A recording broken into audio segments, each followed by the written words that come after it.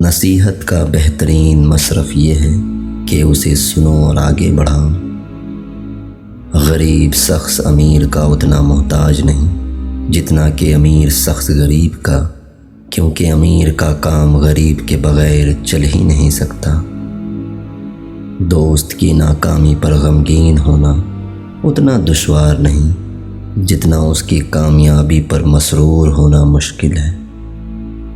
ادب اور صحافت میں یہ فرق ہے کہ ادب کوئی پڑھتا نہیں اور صحافت پڑھنے کے قابل نہیں۔